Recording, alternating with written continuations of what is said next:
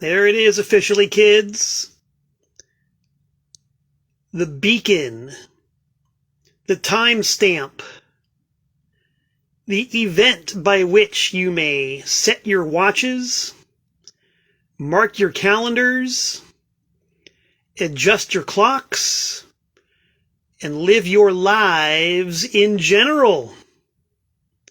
When you see this address flashed on your computerized screen, and in case you're not in the mood to read, I'll read it out to you. Malcolm Tent, P.O. Box 3626, Newtown, Connecticut, 06470. When you see that address, when you hear this voice, I don't know if you're a betting person. I don't know if you're the type of dude or dudette who likes to put money down on events. But if you are, you're in luck. Because it's a safe bet that if you see this, you know for a fact that it is Wednesday, 7 p.m. Eastern Standard Time, and that I am Malcolm Tent, and that what you're looking at right here, right now, baby, is Tent Talks Tunes. That's right, kids.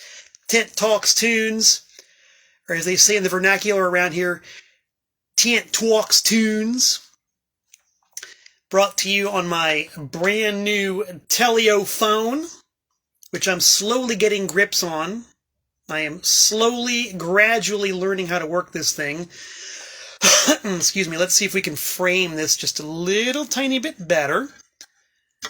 Mike Lesser says that my shirt is speaking to him. Mike, what is this shirt saying to you?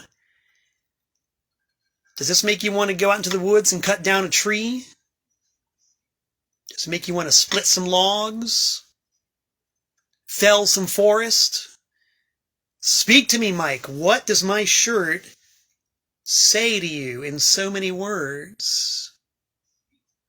Just curious. See, James Pogo's in the house.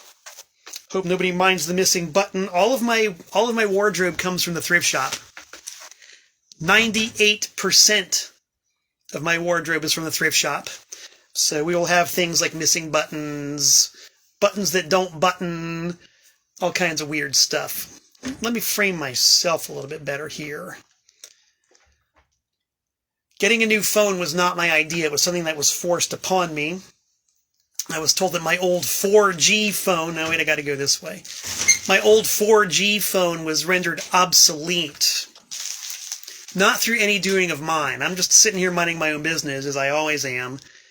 And my old, once trusty 4G phone just pretty much stopped working out of nowhere. So I was informed that a 5G phone was in my immediate future. Who am I to say no? Who am I to say no? So I've had this thing for a few weeks now, and I'm still trying to learn the ins and outs of it, the various fine and coarse points of it. So you guys have been very patient with me so far as I struggle and muddle and fight my way through this upgrade that I did not want. But the deal is we're here. We're now. So let's talk tunes, shall we? As we know, we like to begin every episode with a check of the bulletin board and the calendar and the mailbox. So the bulletin board, I don't know. Bulletin board is kind of what it is. As always, I invite everybody to go to my Discogs and eBay stores, look up TPOS, look up Trash American Style, and shop Tent. Because this is what I do for a living, people. Talk to you and try to be the conduit to the music, art, fashion, and culture that you desperately need. So yeah, do yourself a favor, do me a favor. Look me up on Discogs and eBay. The stores are currently down because I'm going to be leaving town for a few days. But if you look up TPOS, especially on Discogs, you will see a lot of stuff. Excuse me, which is quite timely. Excuse me. Because today's date is March 2nd, 2022, and yesterday marked the 38th anniversary of the very first record that I ever released on the label TPOS. Look at that awesome logo. We're going to be talking about this logo and its creation in about a minute. So 38 years now, and coming up on 250 releases on the TPOS logo. So I always like to thank everybody for keeping me alive, keeping us alive, keeping it alive, keeping the dream alive, while at the same time gifting yourself with fantastic tunes from all over the world and from all periods of time. Now, let's check the calendar. Reach over here. As you can see, this is a real calendar. This is an actual paper calendar, and that's sort of a sub-theme of what's going on with Tent Talks Tunes today, is the wonders of ink, pen, and paper. Let's see. On my genuine paper calendar, the one that runs my entire life, let's see what we got going on here. Today is the 2nd.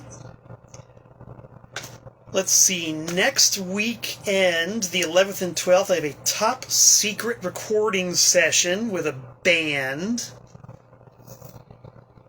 I'm not at liberty to reveal who or what yet, but it's going to be a barn burner. Top secret recording session in 9 days. So that'll be happening.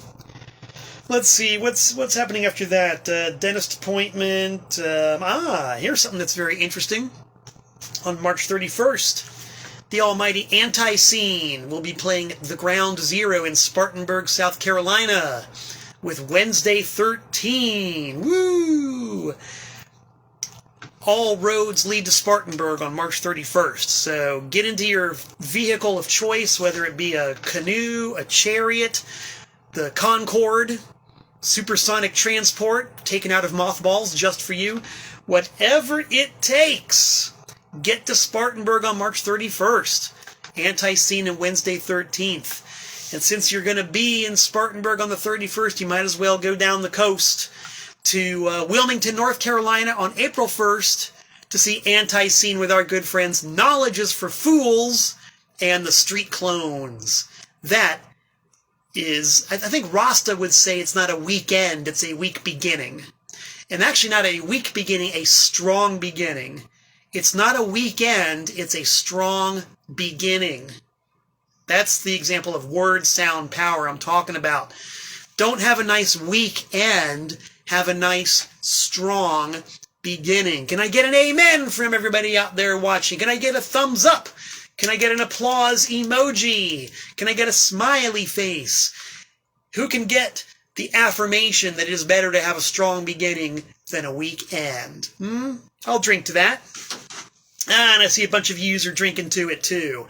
Danbury Tap, and whatever it is that you've got in your fair vessel, please quaff a little bit for me. Let's see, Drycore Show out in the wilderness of Ohio wants to know if the top secret recording session involves a former Devo drummer. It does not. But it does involve, and I'm not joking, a serious, honest-to-God, world-class drummer. A drummer who is quite well known in his genre of music. And I've been signed to aid in the creation of the next record by this drummer's band. And I am absolutely stoked about it. I cannot wait for this to happen. You know, this looks terrible here on live Facebook streaming. People might not know it, but this camera, this cheap-ass phone, sits right on top of the desk that I've owned since 1986. The original desk for Trash American Style is the desk that holds the camera for Tent Talks Tunes, and that's where I keep my punk rock safety pins. So I'm going to take this punk rock safety pin live before your very eyes, and I'm going to pin up my shirt so I can stop looking like a total damn barbarian and more like a civilized, hairless ape. That's much better. Thank you. Thank you. So let's see. Vaughn, none of your damn business wants to know, is it a band and not Harvey Sid Fisher? Oh, dude. I would love so much to get back together with Harvey Sid Fisher and either record and or play with him again. And if you people don't know Harvey Sid Fisher, look him up. Look up Harvey Sid Fisher astrology songs. And if you're like me and you've got a good sense of humor and you like your stuff eccentric, you're going to love Harvey Sid Fisher. I'm still in touch with Harvey Sid Fisher to this day, but it's just been like very difficult trying to get something together because Harvey Sid Fisher's on the West Coast, I'm on the East Coast, and the basic deal is, I would have to put a band together in order to play some shows with him or to record with him. And trying to do that bi-coastally is like really, really difficult. So the last time we got together and did anything was in 1995. And to this day, it's still some of the most fun I've ever had on a stage with anybody, anywhere. So, Vaughn, the answer I wish was yes, but it's got to be no, at least for the time being. Maybe I'll put this out there, man. If anybody out there wants to put a band together, East Coast or West Coast, so we can back up Harvey Sid Fisher and play some shows, hit me up, message me directly, and let's talk about it, because it's one of those things that's always been in the ether and on the back burner, and I would love to play with Harvey Sid Fisher again. So can we make something happen? Can we do it? Vaughn, do you play? Do you know people who play? Let's figure it out, dude. Talk to me. Talk to me. All right, that's the calendar. And I think that's basically what we've got on the calendar for now. There's some very exciting things happening in the month of May and also in June. Bit early to be talking about those, so I ain't going to talk about them. I'm instead going to take the calendar and toss it aside casually. And Vaughn has raised another awesome Harvey Sid Fisher song called I Want My Mommy. Harvey Sid Fisher is best known for his astrology songs, but his other songs, every bit as good. Another toast to Harvey Sid Fisher.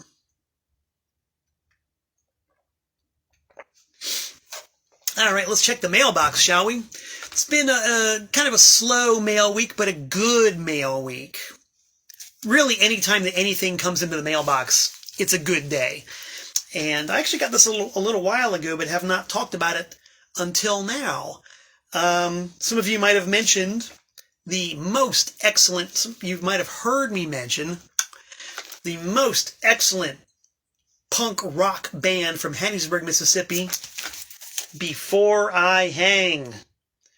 This is a damn good group. They are pissed off, and they are articulate, and they are fun. Before I Hang. This is the cover to their side of a 10-inch record that they did with, guess who? The almighty Antiseen. Our side is called Guyana Grape. It's a 3-song storytelling suite about the Reverend Jim Jones and the People's Temple of Guyana. And it's not mocking, it's not mocking. It's a sincere attempt to recreate atmospherically the entire story of Jonestown over 3 songs. And damn proud of this. And the songs that Before I Hang did on their side of the record, super good, super hot, super Q. So the leader of Before I Hang, a guy named Walt Wheat, is not only the leader of Before I Hang, he is a metalsmith. And he crafted for me this really excellent heavy-duty copper bracelet. Look at that. That just screams power. That's the anterior. That's the posterior. It's heavy, baby, and it looks good. So Walt Wheat, I cannot thank you enough for hammering, like literally hammering this thing out from a piece of raw copper and fashioning it and making it happen. I don't wear jewelry as a rule. I really do not like jewelry at all. It bugs me. But for those of you who've known me for a long time, know that my left wrist was broken a long time ago when I was 19 years old. And much to my chagrin, I never got it properly looked at until about a year ago. I always assumed it was a bad sprain, but it was actually a broken wrist.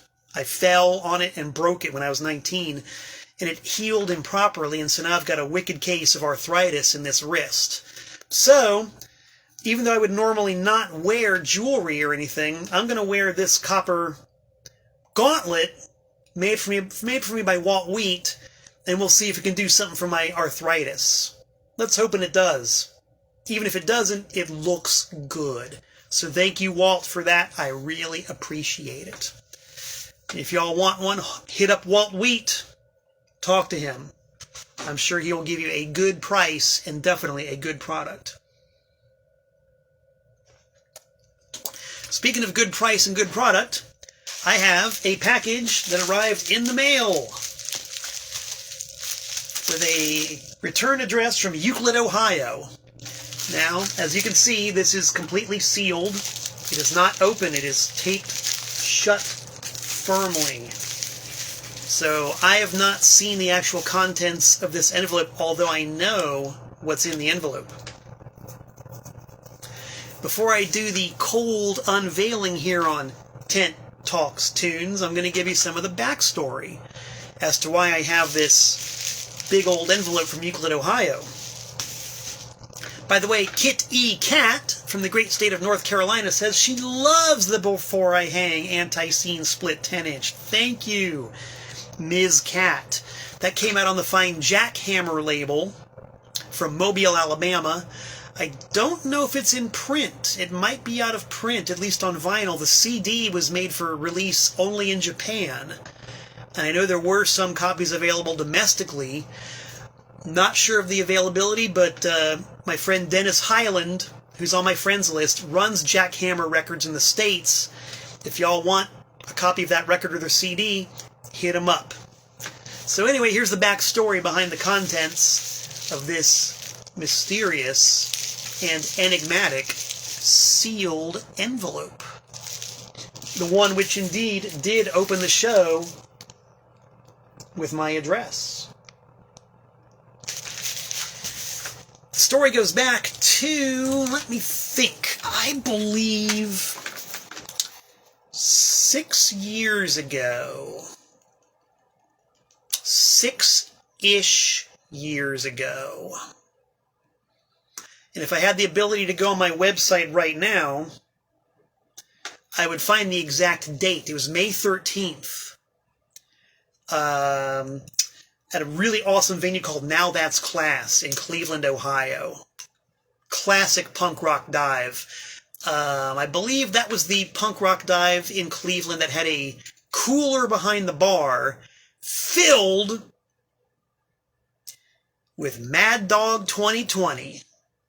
That's right, never mind all the Brooklyn hipsters out there drinking their PBR. At this venue in Cleveland, you could get shots of Mad Dog straight out the bottle on the bar. And they had the Mad Dog arranged by color, like a row of orange, a row of green, a row of purple, a row of some indeterminate sort of kind of bluish color, wasn't sure. I mean, now that's class. Robbie Rob, you want to know what's up? I'll tell you what's up. We're getting into the backstory here. Yes. The backstory of what's inside this envelope, in case you're tuning in late. So anyway, I played this gig at Now That's Class, and I was really, really pleased to see the flyer for the show. The flyer, now I'll mention the show was promoted by this dude named Poopy Necropond. Poopy Necropond from the great noise band Sockeye. He promoted the show, and he commissioned this flyer for the show. And I'm holding it at a weird angle because I don't want the light to reflect off the frame so you can actually see how really cool this art is. I framed this sucker, and it hangs on my office wall to this day when I'm not showing it to you. The flyer for the show, it's a work of art. It is a genuine, honest-to-gosh work of art. I'm going to zoom in on it just a little bit so you can see it somewhat closer. I said, Poopy Necropond, who is the artist? Who drew this? And Poopy said that was drawn by a guy named Frank O'Black from Euclid, Ohio. And I immediately got a hold of Frank O'Black and said, Frank O'Black, you're my man for pen and ink art if you would like to be my man for pen and ink art. I've got a record label. I need a lot of stuff. Are you up to the task? He said yes. And so ever since the discovery of this flyer at my gig in Cleveland, Ohio, Frank O'Black has been my go-to man for pen and ink art. And the first thing I commissioned from Frank Oblak was the back cover for this record. This is TPOS number 124. You heard me mention earlier that we're 38 years and 1 day now into the career of TPOS Records. It started with number 1, and this is number 124, G.G. Allin and the Disappointments. It's not the money, it's the mission. And Frank did the back cover for it. I said, fantastic. That is superb. That is art. You folks have seen the Luchador perched on my shoulder for every single episode of Tent Talks Tunes. The Luchador, drawn by Frank Oblak from an original concept by Jeff Clayton. In fact, if I have it here, I might even have... Yes, I do. This is fun. You guys don't really... No one's ever really gotten to see this before, but the original was on a box that Jeff sent me a few years ago. And I asked if Jeff could recreate it for me, and Jeff's a very busy man. Jeff is... I've often said that I'm the hardest working man in showbiz. If I'm the hardest working man in show business, then Jeff Clayton is a harder working, hardest working man in show business. So his plate was always very full, and he just didn't have the time to do it. So I said, Frank Oblak, will you replicate this? Frank Oblak did, and there you go. I haven't used this one on a record yet, but this TPOS logo, as drawn in pen and ink by Frank Oblak, is scheduled to make its world debut on an upcoming 7-inch single, TPOS number 169, by the great dirty rapper, filthy R&B artist, the one-of-a-kind, irrepressible Blowfly. Can I get an amen for Blowfly? Blowfly, baby. Thumbs up. Lots of love for Blowfly. And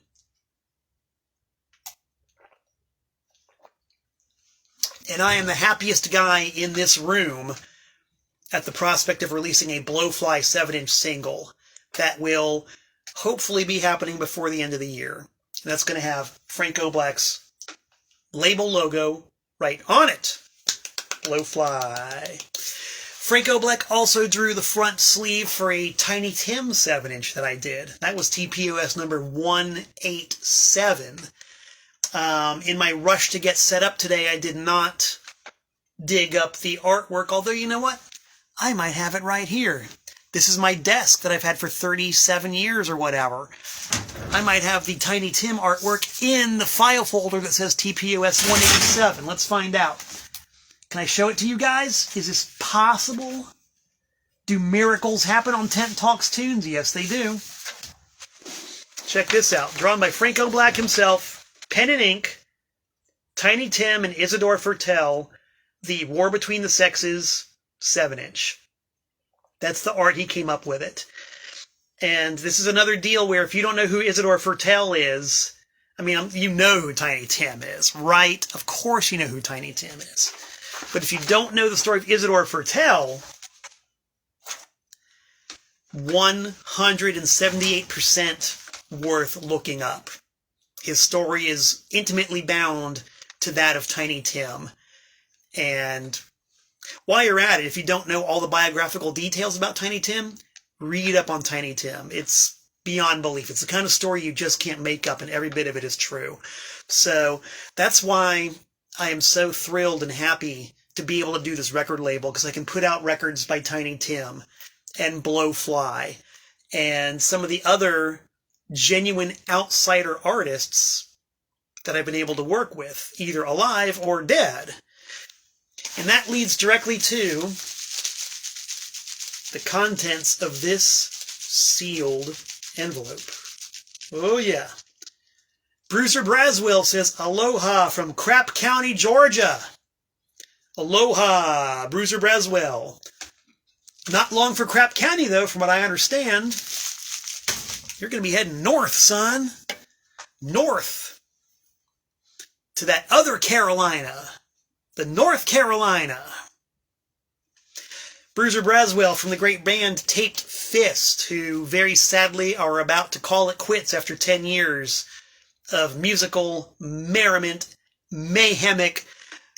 I just ran out of alliterative M's, but Taped Fist, got to share the stage with Taped Fist a number of times. Good dudes, great fun.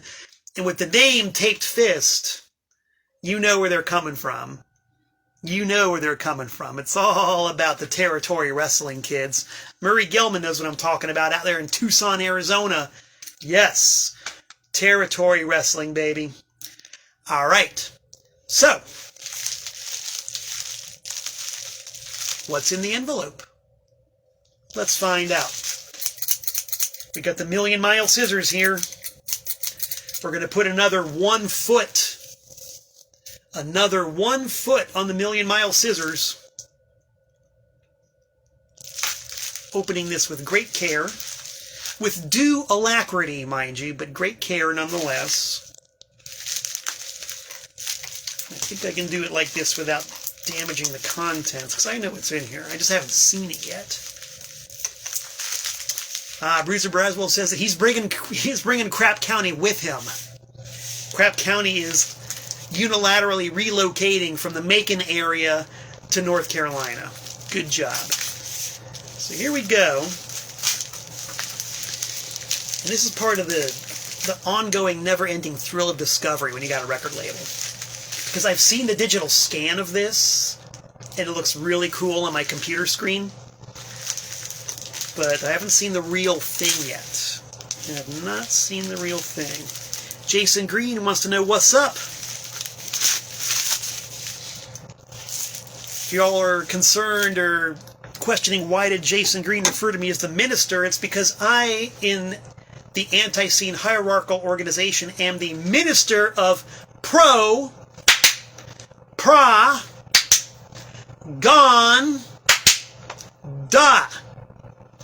That is my title, and I wear it proudly. Thank you very much.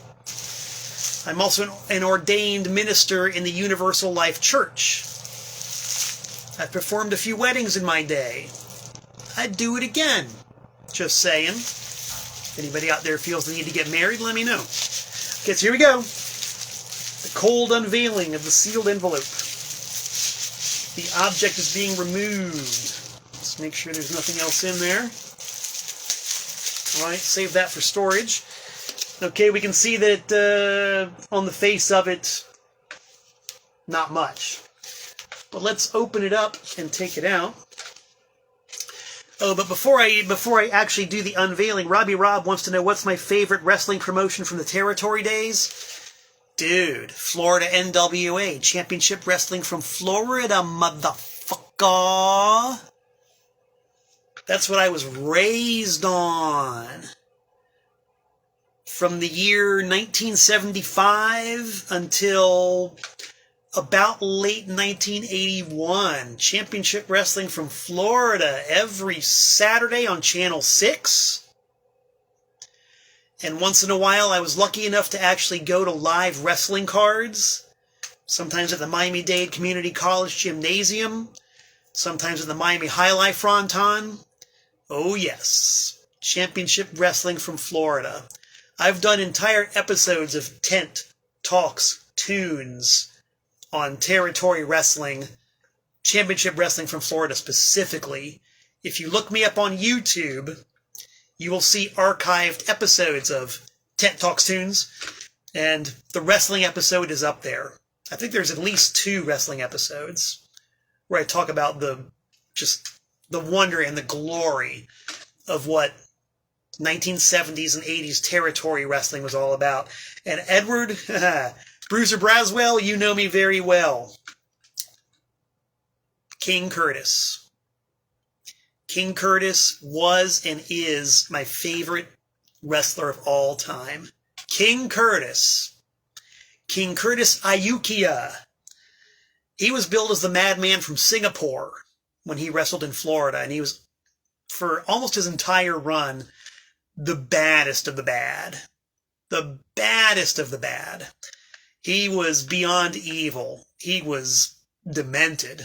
King Curtis. If you can find any video clips of King Curtis from what I consider his golden era in the late 70s in Florida, you'll see at least partially why I am the way I am. And I'm glad I am the way I am. I'm glad I am the way I am. It's too late to change now, baby.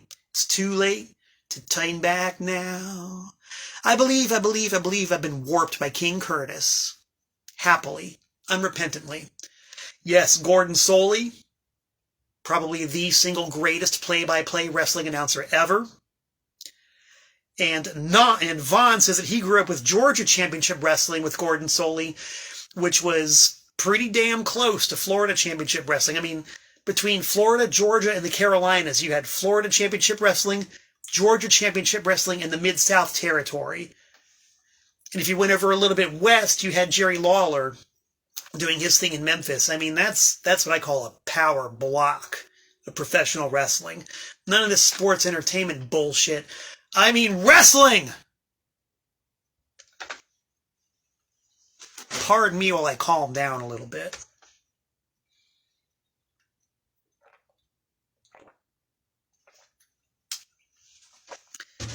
And thank you, Rob, for subscribing to my YouTube channel. I appreciate that very much. Y'all should subscribe to my YouTube channel. Okay, I'm not ready to unveil this yet because you have gotten me all wound up. Hold on for 1 second. Let's talk about Georgia Championship Wrestling, Florida Championship Wrestling, Mid-South, Mid-Atlantic. Hold on for 1 second. You're going to see an empty backdrop here, but this is the beauty of live cable TV style webcasting. I can do whatever I want. And what I want is to stroll over into my living room, and I want to show everybody something that I have on hand at all times. And I will put this on without shame or embarrassment. This is sort of the embodiment of the culture I'm talking about, motherfucker. You don't have to just look at this TPOS logo over my shoulder. I can live the glory. Yes, people don't know it, but I have done professional wrestling. I have set foot in the ring. I have been a manager. I was almost a referee. I was a ring announcer. I got my ass beat. Not ever wearing a mask, mind you. Maybe I should have to save the utter humiliation of being pounded into submission by a manager. Maybe I should have. But I think really people do deserve to see my face. For better or worse, it doesn't matter. They see it, they're going to see it some more. But these are the kinds of artifacts I have laying around my house. 24/7, baby, and it's all because of Championship Wrestling from Florida. Yes, this is the real deal. This looks kind of good, though, doesn't it? Fairly color-coordinated. My wrestling name when I was a wrestling manager was Christian Law, born-again minister of champions. And don't you forget it.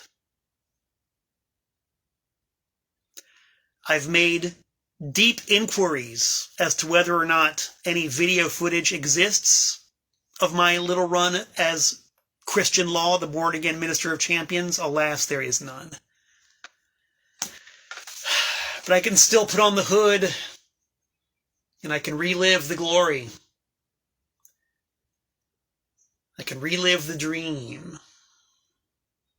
I can comfort myself with memories of being stomped on the hard concrete floor of the Naugatuck VFW Hall. Yes, I can remember well. Anyway, I digress. I'm going to willingly unmask here live on Facebook and archived forever on YouTube. Okay, I'm taking it off.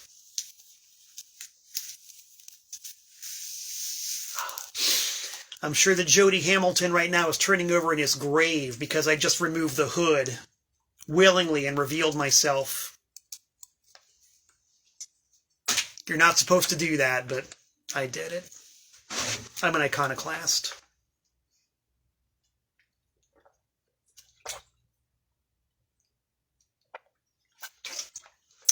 John Farrell, my old pal John Farrell, says that he can dig for any video, you know.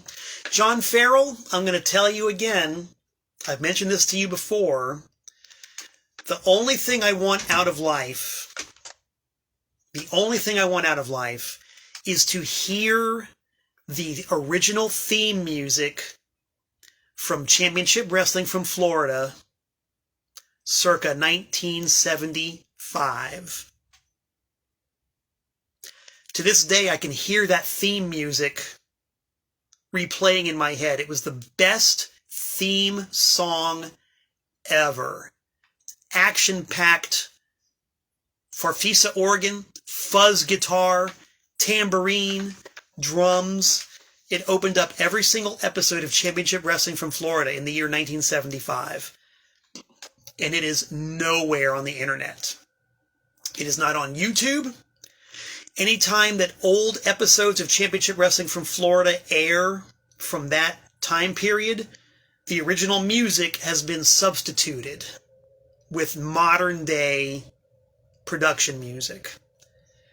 But it's there. I don't care if I see the opening credits.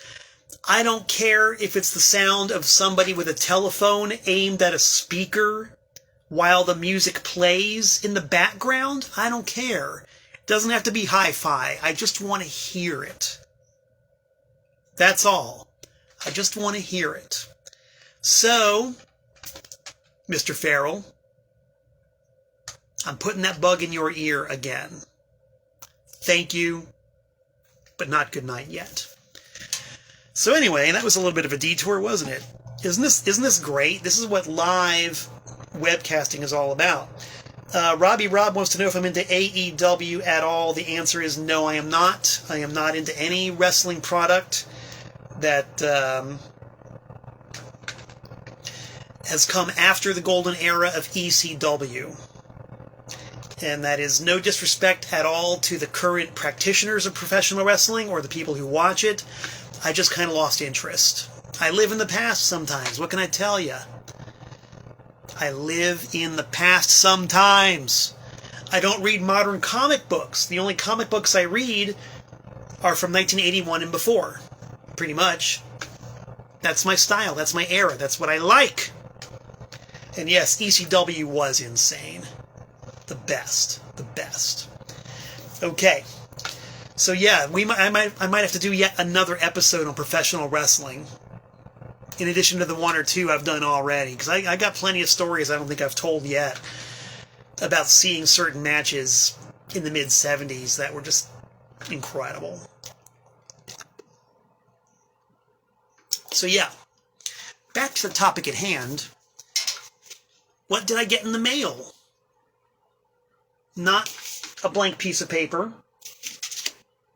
wrapped around a blank piece of cardboard. No! I have great faith that there's something else in there. Let's test the faith, shall we? Let's put another couple of inches on the million-mile scissors and open this thing very carefully. You guys are discovering this live. Even if you're watching this archived on Facebook or YouTube, you are seeing this in the exact same order that I'm seeing it. And what do we have? I guess it is a blank piece of cardboard after all. Oh, well, after all that. Sorry, guys, it was just a blank piece of cardboard. That's the way it goes sometimes. Oh, but wait. There's more. And what I see already is very promising. I see the back. And this works out very well, because I'm going to show you guys the back of this while I see the front for the first time. The back looks extremely promising because you can see that it's got lots and lots of marks from where a pen soaked through the paper. That's authenticity. That's the real deal, McNeil. That is 100% bona fide ink on paper. And this looks so good in real life. If I were the type to smile, I'd have a big smile on my face right now. So, Here it is, gang. This is going to be the cover art to TPOS number 241.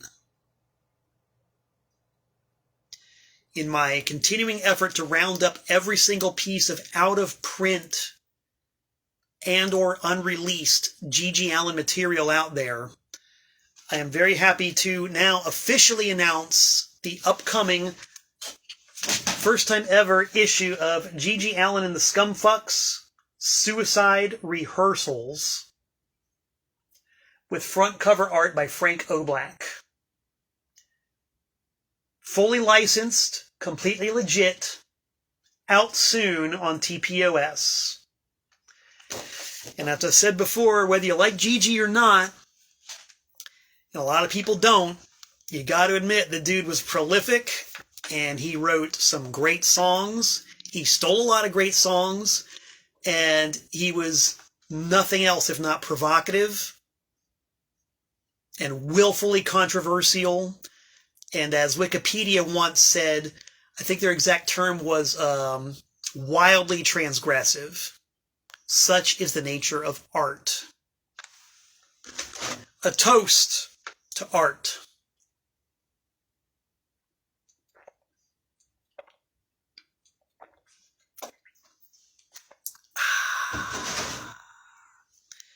And as Mike Lesser said, yes, shame he can't see the awesome cover. You know, Gigi's been off of the planet for the better part of 30 years right now. And that, I've said this before and I'll say it again, it's the same deal whether you like the guy or not. The fact that we are here almost 30 years after his death, still talking about him, and the fact that his catalog can still, after 30 years, create so much discussion and so much controversy and so much strong feeling one way or another, I think really attests to the power and the validity of the music and its presentation. Remember, Pablo Picasso was a total dick also, by all accounts. Andy Warhol, as a matter of fact. So anyway, yeah, you know, Larry, my main man, says, so what about the concert that blew me away?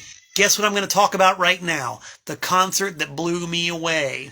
We only got one left. I started doing this 3 weeks ago. And because of exciting recent developments and mail and whatnot, I never got around to talking about the one that actually inspired me to do this in the first place.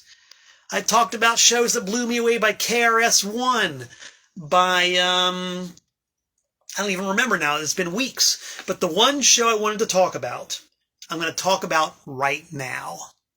The exact date, February 15th, I think, 1991. The background is this. When I was working at the great record store Open Books and Records in North Miami Beach, Florida, a lot of stuff, you know, came through the door. A lot of stuff was listened to at the shop. And at some point during my during my stay there behind the counter, I heard a record by Killing Joke called Revelations. And Revelations, I mean, I heard it, I thought, okay, this is kind of cool. And I just sort of filed it away. You know, it didn't like change my life. It didn't blow me away, but I remember hearing it and I remember kind of liking it. And around the same time, on the great radio show Radio Free Living Room on WLRN, hosted by Eric Moss, I heard a song by Killing Joke called A New Day. And I liked that song enough to press the pause button on my tape recorder to record part of the song and put it on a mixtape. And kind of the same deal. It didn't completely elevate me into the stratosphere, but I liked it, thought it was cool. It was just one of those things. So fast forward to 1991.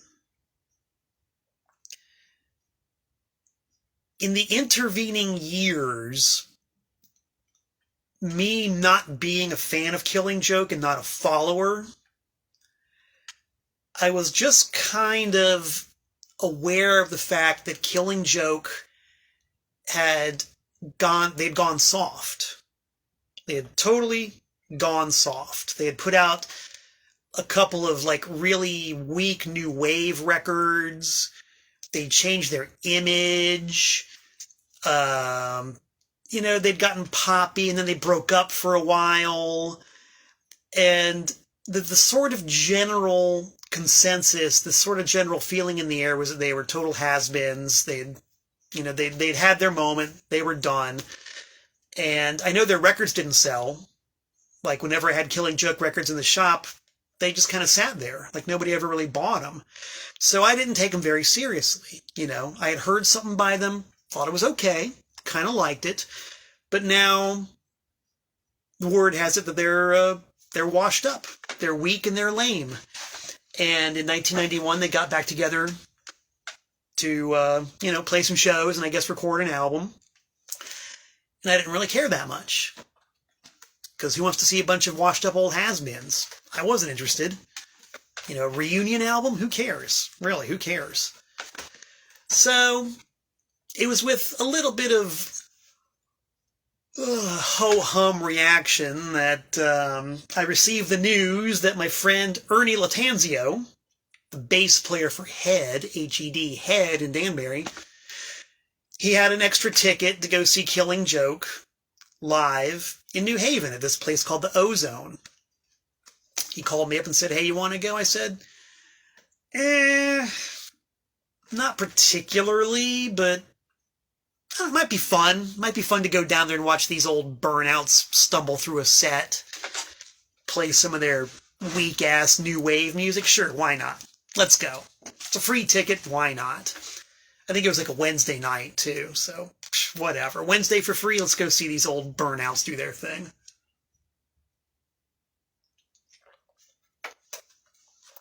So we drove down to New Haven. It's about a 45-minute drive from Danbury. Everything's a 45-minute drive from Danbury. Actually, everything in Connecticut is a 45-minute drive from everything else in Connecticut. Except the grocery store. That's only 20 minutes away. I digress. Go to New Haven. Go to the Ozone. The Ozone is a small club. It's a very small club. I would guess that you could probably jam 200 people into the Ozone. Like, really jam them in there.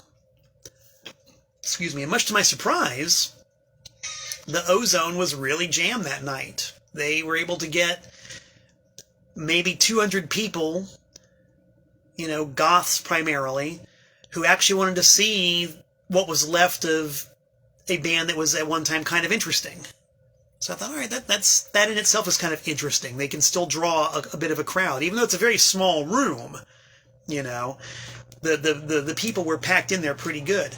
So I did my usual thing, and I just kind of wormed my way up to the front, because it's one of the advantages of being a slender fellow like myself. I don't take up a whole lot of room, and it's very easy for me to work my way through the cracks. So I was able to get up to the front, and the Ozone had a stage that was like set in the corner of the room with a sort of like a guardrail in front.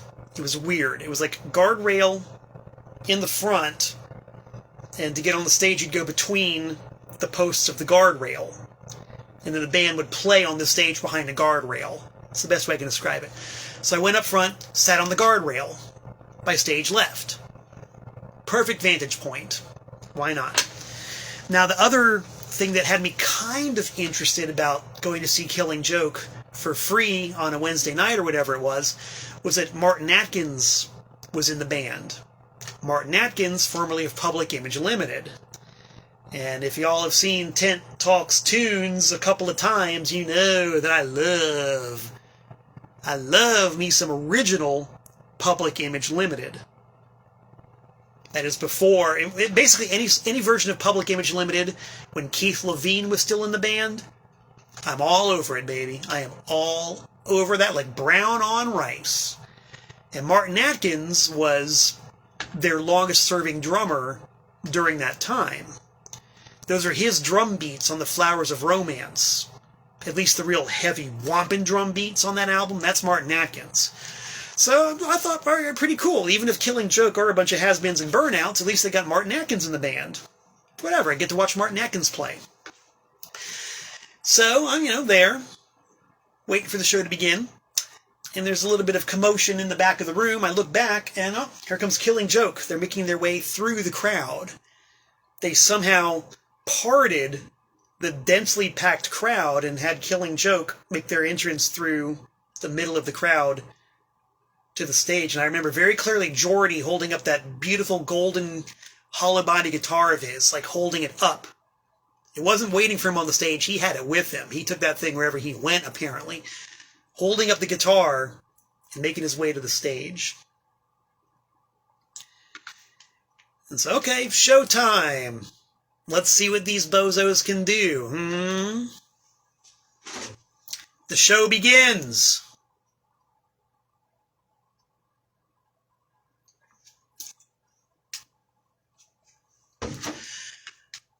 They start playing.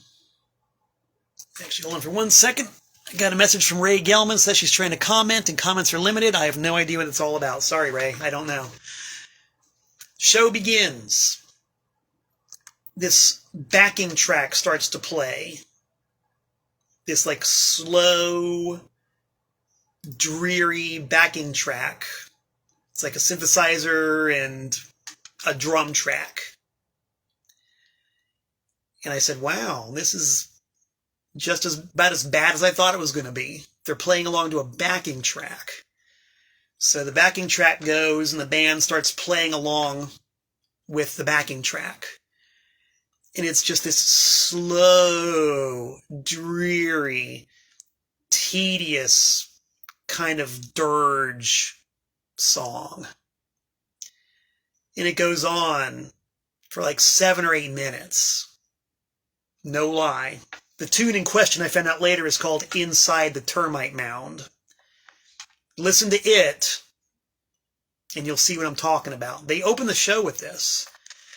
And so it's just kind of dragging along, and there's Martin Atkins, the mighty drum beast of Public Image Limited, just kind of like, tapping on a hi-hat here and there, and, like tapping on a floor tom occasionally while this backing track goes on. And, Jazz Coleman singing along with it. And it's just going on and on and on and on. And I thought, man, I really should have stayed home. Like, my mind was being blown, but not in the way I really wanted it to be blown. Because this shit was tedious. And whatever, I'm sitting there. I've got the best seat in the house. It's fine. I'm sitting right in front of Paul Raven, the bass player. And, I'm a bass player, so I'm getting some bass. And it goes on, and the song finally shudders to a stop. And the crowd goes like this. Yay. Yay. And there's a little bit of a lull. And then I guess it's time to begin the next song, because this sound comes out of the PA. It was like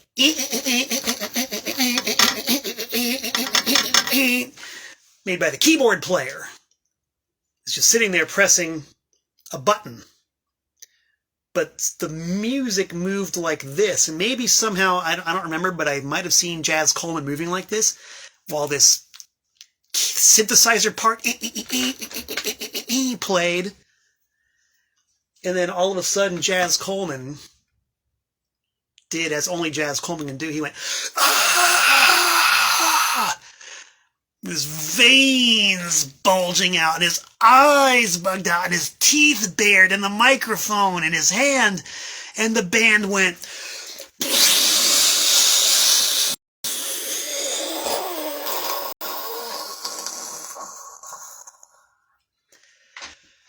And I went, "Ugh." And I swear the crowd went, you could see it rippling, the crowd went, and the song was Extremities, and all of a sudden we were on. And the keyboard player, I think it was John Bechtel, was starting to get into a groove, And, you know, Geordie Walker, the guitar player with that beautiful, beautiful Gibson hollow body, he was never anything less than just immaculately cool with his blonde coif and the sort of limp, pale wrist, just strumming those sheets and sheets of sound from that guitar. I can't even hear it. You have to listen to the music of Killing Joke to see what I'm talking about. All of a sudden, this is erupting from the stage, and I wasn't prepared for it. This was not new wave burnouts. This is the fucking real deal, man. They're making me use profanity and see what it was like being bludgeoned with that. So the set goes on, and the intensity level never ratchets. And you got to remember, there's 200 people crammed into this place. Just crammed in there. Uh-oh. I don't know if you guys saw that, but there's a black streak across the screen, and that was Harry making an appearance. Come here, Harry. You might have heard me talk about this, but you have to hear me talk about it some more. So there's 200 people crammed into this club, and this music is just like a flamethrower.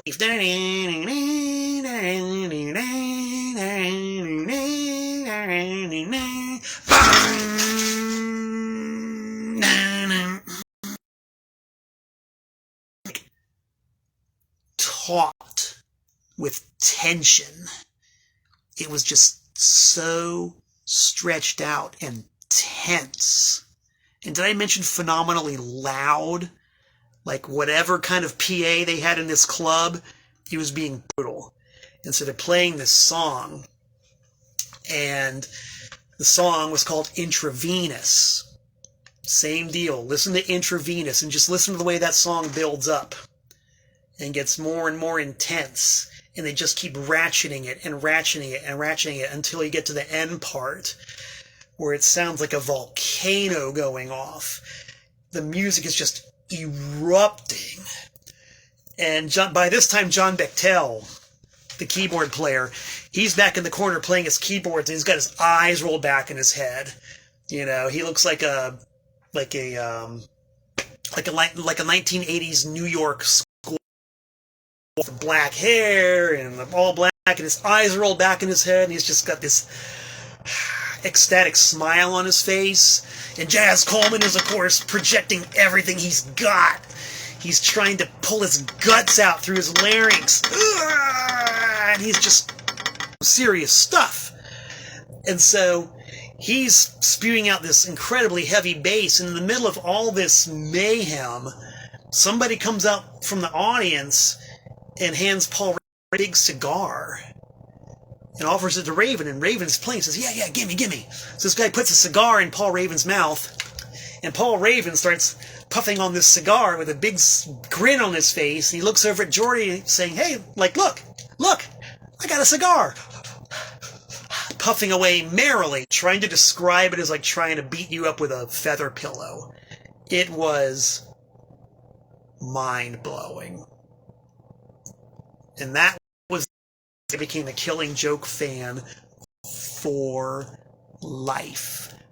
Forever. 30